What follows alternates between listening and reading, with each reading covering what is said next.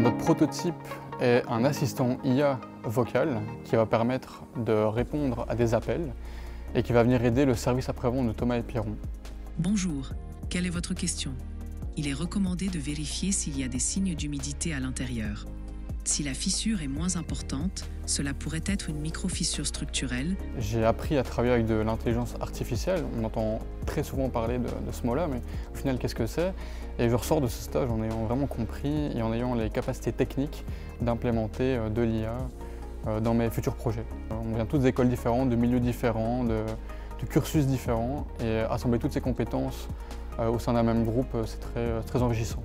Ce qui m'a marqué, c'est la technicité de l'IA quand on veut en faire une application professionnelle. Donc c'est quand même un sujet qui demande, mine de rien, pas mal de connaissances. Ça a l'air facile a priori, puisque, comme tout le monde sait, on peut aller sur des moteurs de recherche et trouver des tas d'applications très vite.